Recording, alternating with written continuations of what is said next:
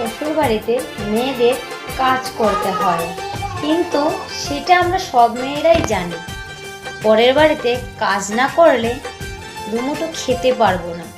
যেদিন আমরা বাবার বাড়ির থেকে শ্বশুর বাড়ি পা দিই, সেদিনই বুঝতে পারি যে এটা বাবার বাড়ি নয়।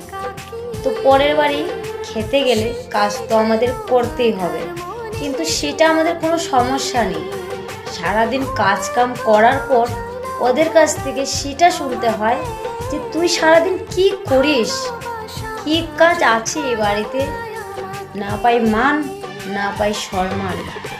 ভাই মিষ্টি করে যদি আমার মাও বলে যে এইদিকে আয়, ওইদিকে যা, ওইদিকে নিয়ে যা, ওই জিনিসটা খা, ওই জিনিসটা খাবি না, তাও কিন্তু আলাদাই মায়া ভালোবাসা সেটা তাদের কথাতেই আমাদের মা বাবার মধ্যে সেটা খুঁজে পাওয়া যায়।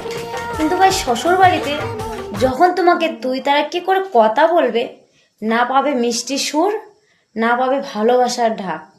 সেটা আমি জানি ওয়েস্ট বেঙ্গলে তুই করেই বৌমাদেরকে কথা বলে, কিন্তু ভাই অন্য অন্য দেশে বউদেরকে খুব সম্মান করে, কিন্তু সেটা ওয়েস্ট বেঙ্গলে নেই।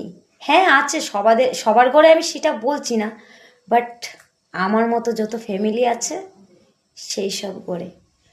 তো কথাটা একদম বাস্তব বললাম। যদি খারাপ লাগে সবার কাছে, ছোট বড়োর কাছে ক্ষমা চাইছি।